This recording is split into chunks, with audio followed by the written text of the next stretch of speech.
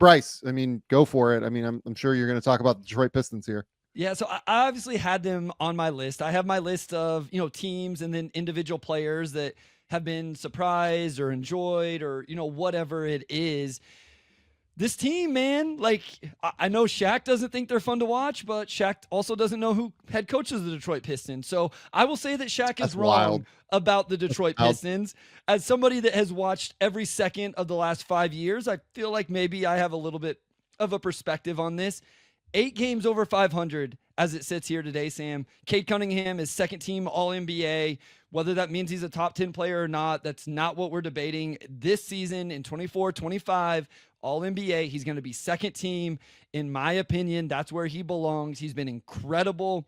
I just did a breakdown over on the Substack. If you guys are going to go and check it out, it is against the Wizards, unfortunately. But the way he operates ball screens, the pace he plays at, the patience, him and Jalen Duren's chemistry, it's incredible. But here's the thing. You don't improve by 23 wins with roughly 20 games left to go by one player improving when you also lost one of your best players in Jaden Ivey. Malik Beasley has come in as a vet and is like one of the elite three-point shooters in the league this year. I don't know that people foresaw that, or he would have got a better contract and not been on the Pistons. Tobias Harris has come in and been a vet. Jalen Duren has shown growth. Asar Thompson is a really fun defensive player. We'll figure out what the offense is. Isaiah Stewart, maybe one of the most underrated defensive players in the NBA because he comes off the bench. And then I will say this. If you look at Dennis Schroeder's just like box score numbers, you're going to be like, I will tell you this. He is doing exactly what the Detroit Pistons needed for them to continue to compete and win games in terms of controlling this team when Cade Cunningham is off the floor. And then shout out JB Bickerstaff for just doing an incredible job and improving just the structure, the foundation, everything about this team. I enjoy watching them. If nothing else, you can't deny that this is a competitive basketball team. Yeah, two additional notes on that. The first thing that we haven't really mentioned is that Jaden Ivey was expected to be the second best player on the team this year, and he's missed 35 games at this point, probably, and doesn't look like he's going to come back. It feels like, right? I mean, you might have better feel for that. No, I don't. Listen, Amari doesn't tell me. Amari's a beat writer for the Detroit Free Press. He's my co-host over on the pod. He doesn't tell me things that like he doesn't tell the public, but there's been nothing in the public that's like, hey, Jaden Ivey's back doing this or Jaden Ivey's back doing that. I would assume we're late enough in the season, Sam, that he's not going to play. It would be so hard to like put him into the roster. Yeah, they just kind of have it figured out. I think they're going to condense this 10-man rotation, let alone if you try to put Ivy in there as well. So I just assume we don't see him. So, I mean, that's your second best player out for the year, having only played, like 800 minutes, something like that this year, I would bet. 900 minutes it looks like. So they've overcome that. The second guy I really want to stop for a second on that I've loved watching is Isaiah Stewart. Yeah. Isaiah Stewart, I would say, has been probably one of the 20-ish best defenders in the league this season. He's been massive for them, being able to like stem the tide on defense, being able to continue to control games in any way, shape, or form on that end. Jalen Duren, over the course of the, most recent third of the season, so like the, the 3/4 mark of the full season, has been better on defense. Better. I don't know that I would say like, he's a difference maker on that end or anything, but he's been much better on defense. But to me, it's Stewart. Like Stewart, only plays like 20 minutes a night, but those 20 minutes are just like savage minutes where he is physical. He rotates around like a madman. He is awesome as a big physical dude on the interior who just consistently controls what JB Bickerstaff needs in a backup center. So, I think he is their best center, frankly. And in the playoffs, which, by the way, this is the other thing we haven't mentioned, the Pistons are like in the top 6. They are, look, like I don't want to jinx this or anything.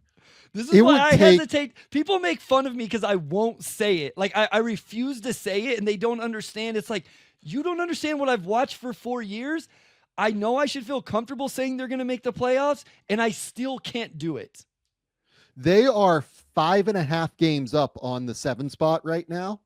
They are tied for 4th currently in the conference. They are tied for 4th. They are closer to getting home court advantage in the playoffs than they are falling out of the top 6 and potentially missing the playoffs in the play-in tournament. Like, they are 37-29. The number 7 seed is 31-34 and is without Jalen Johnson, and Orlando Magic are without Jalen Suggs. Like, the Pistons are going to make the playoffs, knock on wood. You know what I mean? Yeah.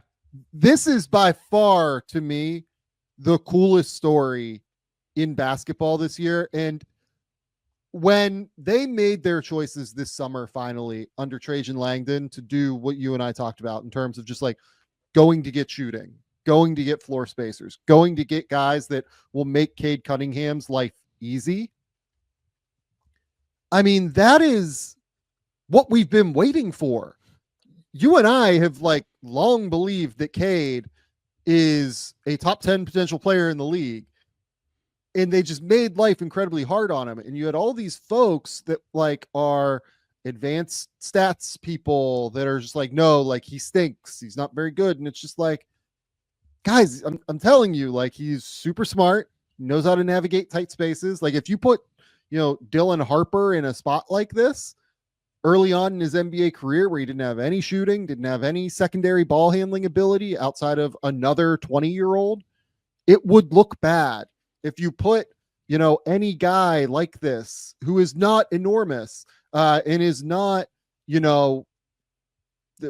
I guess like the craziest athlete in the world, it would just look very difficult for those guys. Now that he is shooting and now that he is spacing, it's a totally different world, and it's a totally different ball game for him. Can I also point this out as well, which in that breakdown, I broke down exactly what you talked about right there, where he's actually really good navigating tight spaces. And part of that's because he's a really good player, but part of that's because that's what he had to do for the first 3 years of his career. But what's crazy, Sam, this team is 22nd in three-point attempt rate and 15th in three-point percentage, and always has at least one non-shooter, and almost always has 2 non-shooters, because they start 2 non-shooters in Duren and Asar. They bring 2 non-shooters off the bench in Ron Holland. And quite frankly, as much as I love Isaiah Stewart, the one thing that hasn't kept up this season is teams don't really guard him. And he stopped shooting them in general. Like it just for the most, it hasn't been a priority. So my point is, it's not like he has a floor spacing big with 3, like you never have him on the floor with true floor spacing in that way. I mean, even Tobias, as good as he has been for them, is 34% on 3. Simone Fontecchio, 32% from 3. Now, the big ones are Tim Hardaway Jr. and Harris and Fontecchio still have gravity. But Hardaway Jr. is at 36 on 6 attempts. And listen, Malik Beasley has been incredible. 42% on over 9 attempts per game.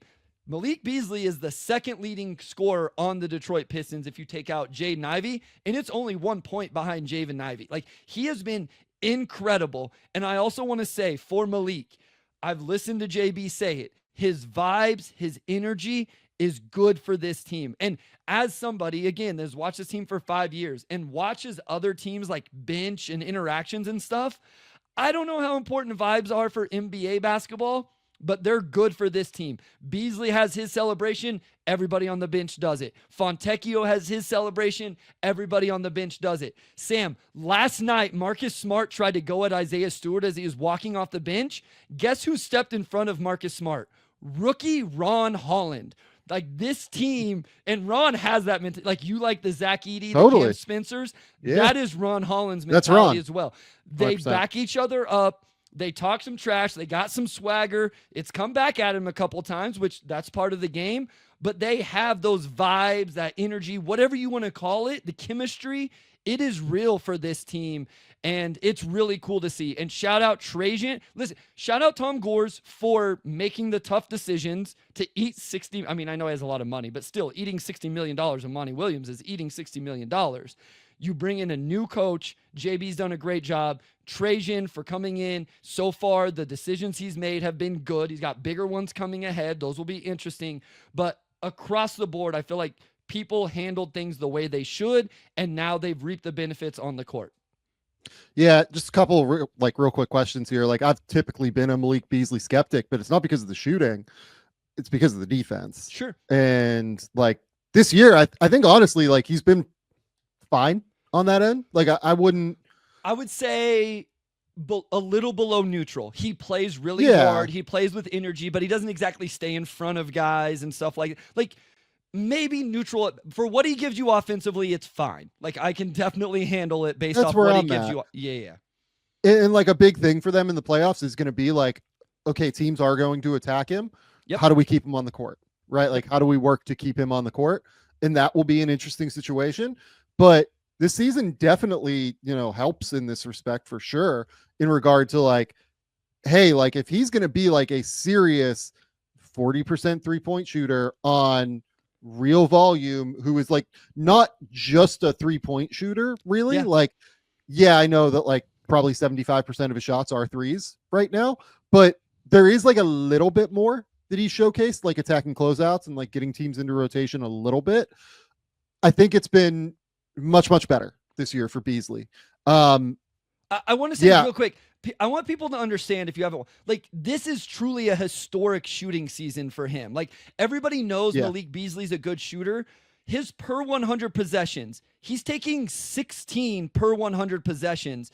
That is more than any point in his career. The 42%, best of his career. He's scoring 29 points per 100 possessions, best of any season. Like, it's truly historic for him. I'm not saying in general, but like, he is an elite floor spacer.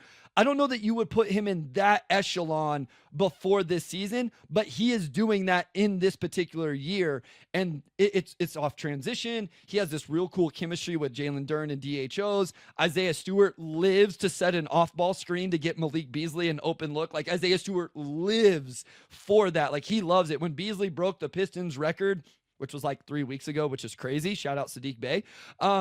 Like, Stewart was celebrating. Like, Stewart forgot to play defense because he was so excited for Malik Beasley. So, like, so good. The chemistry between guys is really cool.